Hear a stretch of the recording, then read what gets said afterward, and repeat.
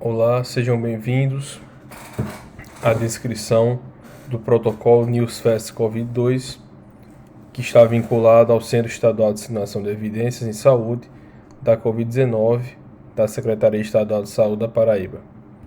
Bom, inicialmente seria interessante relembrar que em torno de abril de 2020, a Secretaria Estadual de Saúde, juntamente com o Centro Estadual de Disseminação de Evidência, que será chamado em toda essa apresentação com o acrônimo SEDES, realizou uma proposta de estratificação do paciente com Covid-19, tendo em vista sua gravidade de sintomas e sinais, objetivando-se a sua devida alocação em leitos de enfermaria ou unidade de terapia intensiva.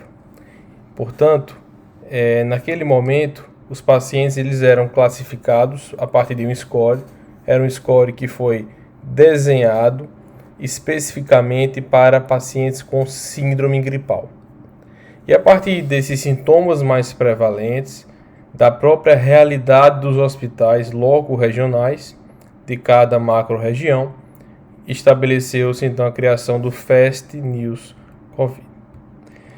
É importante também citar que os principais sinais e sintomas que configuravam a síndrome gripal foram descritos, tendo como principais avaliações as estatísticas de pesquisadores que envolveram a amostragem significativa de pacientes. Portanto, as características da síndrome gripal teve sim relação com tais estudos preteritamente mencionados. O termo NEWS do protocolo de estratificação, ele remete ao próprio News Score, que é uma ferramenta que já é utilizada desde 2013, foi publicada inclusive em revistas de indexação internacional, que caracterizavam que esse score, chamado News Score, que sua tradução significa um score de alerta precoce, ou seja, é um score que você é previamente avisado que o paciente pode apresentar complicações que possivelmente serão deletérias e poderão até inclusive causar o óbito. Então esse News Score ele reduziu a mortalidade e só sua aplicação em torno de 7,1% no Reino Unido. E a sua descrição original, ela possui frequência cardíaca, respiratória, pressão arterial, temperatura e saturação periférica. O News 2, que foi uma atualização do News Score 1, ele também acrescentou a confusão mental. Portanto, agora na pandemia, na China, alguns pesquisadores mudaram ou, de certa forma, incrementaram outras avaliações no score de alerta ou de alarme precoce, ao passo que também passaram a utilizar esse score como um preditor de estratificação de gravidade nos pacientes com Covid-19. E dentre estas alterações, ou modificações, um dos fatores que foram inseridos foi o acréscimo da idade, que perdurou por vários meses, até que também inserimos nosso score inicial, que criamos em 2020. Percebam que usamos o acrônimo COVID, ou seja, cada letra que forma a palavra, ela representa uma alteração que pode pontuar o 0 ou 1 ponto. É importante intensificar que dois acrônimos, duas letrinhas, elas foram modificadas, foram a letra C e a letra I, pois percebemos que ao longo das últimas semanas e meses, o comprometimento dos pacientes com Covid que seguiram para a unidade de terapia intensiva não tinham necessariamente uma íntima, ou vamos dizer, uma extrema relação com idade e comorbidade. Portanto, pela mudança do perfil de comprometimento, não só cronológico, mas também de faixa etária, como também as próprias situações de comorbidades associadas, o NewsFast Covid-1, que foi o que já era utilizado desde meados do mês de abril de 2020, passou então a ser chamado de NewsFast Covid-2, com as substituições do C de comorbidades para comprometimento pulmonar e a letra I de idade passou a ser intenso desconforto respiratório ou hipoxemia.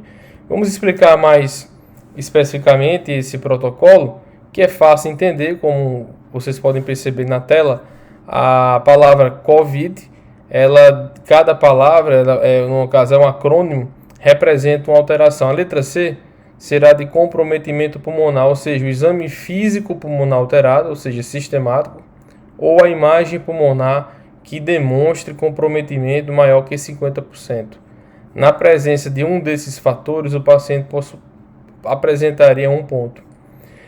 A letra O passa a manter de oximetria periférica quando ela está abaixo ou igual a 93% na admissão, seria um ponto. A letra V, que seriam 2 sinais de alarme, que seriam pressão arterial e frequência cardíaca, também é utilizado o NILS Score, que é o score de alarme ou de alerta precoce. Quando o paciente tem pressão arterial sistólica menor ou igual a 90 ou frequência cardíaca maior ou igual a 120, seria um ponto. A letra I passa a ser de intenso desconforto respiratório ou hipoxemia, que também, de certa forma, ele é utilizado no score de alarme precoce também, que já é utilizado no Reino Unido desde 2013.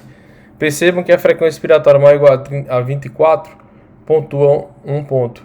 Enquanto que a hipoxemia você vai poder caracterizar por duas situações diferentes. Caso o hospital ou unidade de pronto atendimento possua gasômetro, é a partir da relação PO2-FO2 menor ou igual a 300. Enquanto que também pode ser substituído pelo índice então, da saturação periférica e a fração expiratória de oxigênio também menor ou igual a 315. E a letra D, de disfunção neurológica, relaciona-se especificamente à escala de Coma de Glasgow. Quando menor ou igual a 13, pontuaria um ponto. Portanto, a partir daquele score que foi previamente mencionado, você teria uma somatória que vai de 0 a 5 pontos. Quando a somatória ela for 0 pontos, então o paciente ele é caracterizado com baixo risco, o nível de atenção é verde e pode ser sim acompanhado numa unidade básica de saúde, sem que necessariamente seja transferido a um regime de plantão de urgência, emergência ou nem tampouco uma unidade de referência COVID. A pontuação 1, que é o grau de risco intermediário, o nível de atenção amarelo, é aquele paciente em que vai ser atendido num pronto atendimento, preferencialmente numa área de isolamento respiratório. Esse período de observação durará em torno de 6 a 12 horas e será reavaliado periodicamente a cada 2 horas. Caso esse paciente ele receba acréscimo, ou seja, adicional de mais um ponto nesse período de observação dentro desse pronto atendimento, ele então passa a ser escalonado para um grau de risco intermediário com agravamento. Entretanto, se esse paciente permanece 6 a 12 horas e houve regressão, ou seja, houve diminuição ou descalonamento da sua pontuação para 0 pontos, por exemplo, ele vai então ser encaminhado para a alta hospitalar ou do pronto atendimento. Enquanto que, após esse período de observação, caso aconteça a manutenção da hipotensão arterial, disfunção neurológica ou necessidade de oxigênio terapia, esse paciente deve então ser internado. O que pontue 2 pontos será chamado de intermediário com agravamento, nível de atenção laranja. Esse paciente deve ser observado numa área de pronto atendimento, também em isolamento respiratório, preferencialmente, enquanto que o período de amarelo seria de 6 a 12 horas.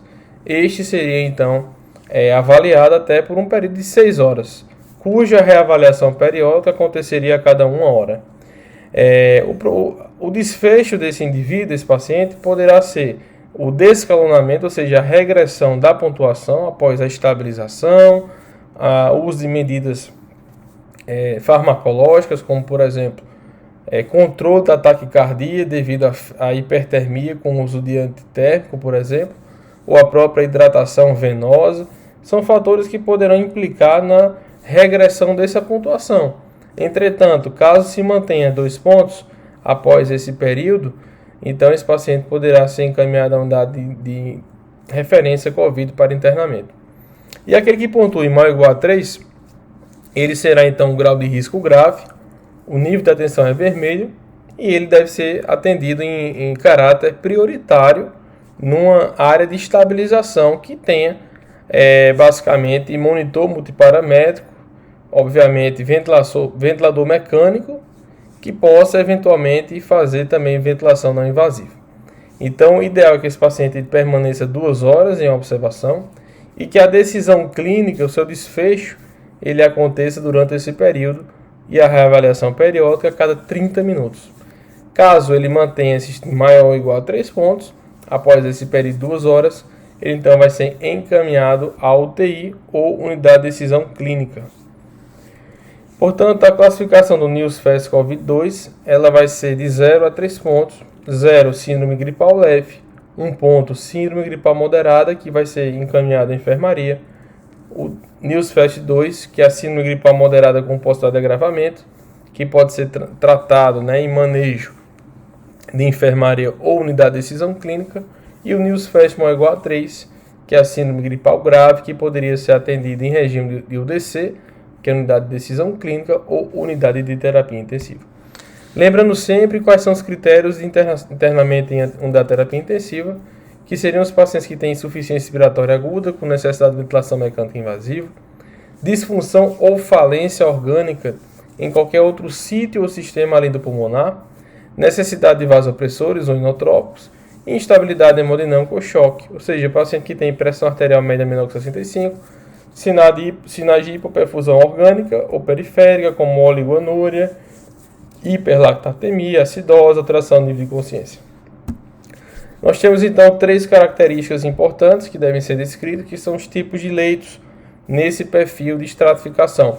Teremos 3 tipos de leitos de referência COVID: leito de enfermaria, leito de unidade de decisão clínica e leito de unidade de terapia intensiva.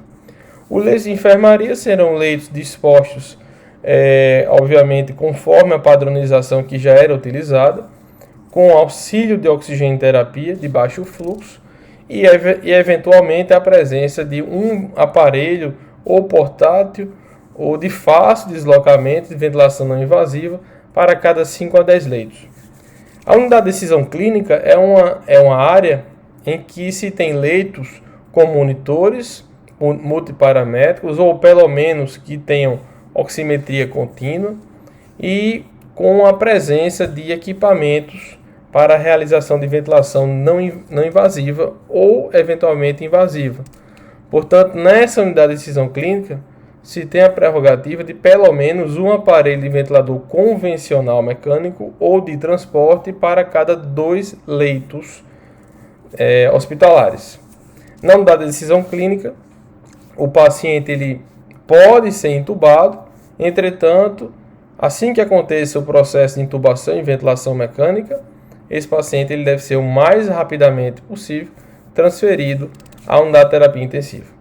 Então, é a área em que os pacientes com disfunção respiratória, hipoxemia, entretanto, não têm ainda a indicação de ventilação mecânica invasiva, poderiam ser melhores monitorizados e, obviamente, receber a ventilação não invasiva de forma mais segura do que a enfermaria. E a unidade de terapia intensiva seria uma unidade de terapia intensiva padrão, de acordo com as resoluções que já utilizamos do contexto de alocação de equipamentos e também de corpo pessoal. Então nós temos então todo o descritivo, como é que vai se comportar. É importante então mais uma vez reiterar que o que pontuaria 1 ponto seria encaminhado à enfermaria, caso mantivesse a necessidade após a sua reavaliação até 12 horas. Os que pontuariam 2 pontos poderiam seguir para a enfermaria ou UDC, após um período de observação intra-atendimento ou pronto-atendimento de 6 horas. E aqueles que pontuariam maior ou igual a 3 pontos seriam encaminhados à UTI ou UDC. Muito obrigado pela atenção.